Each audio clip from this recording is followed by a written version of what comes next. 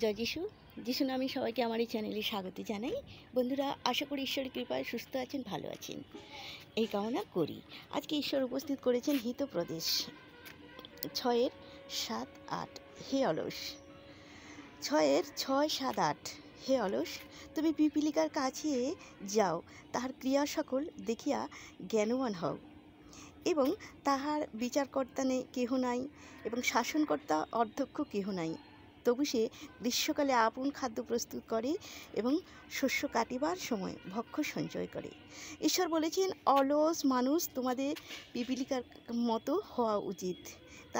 এবং পিপীলিকাদের কাছ থেকে দেখো তারা কি করে এবং কি করে, এবং জ্ঞানবান হও। পিঁপড়েদের কোনো মালিক নেই, শাসন নেই, নেতা নেই, এবং গ্রীষ্মকালে তাহাদের খাবার সংগ্রহ করে ও ওই খাদ্য তারা কাটিয়া রাখে, এবং শীতের সময়ও তাদের কাছে পর্যাপ্ত খাবার থাকে।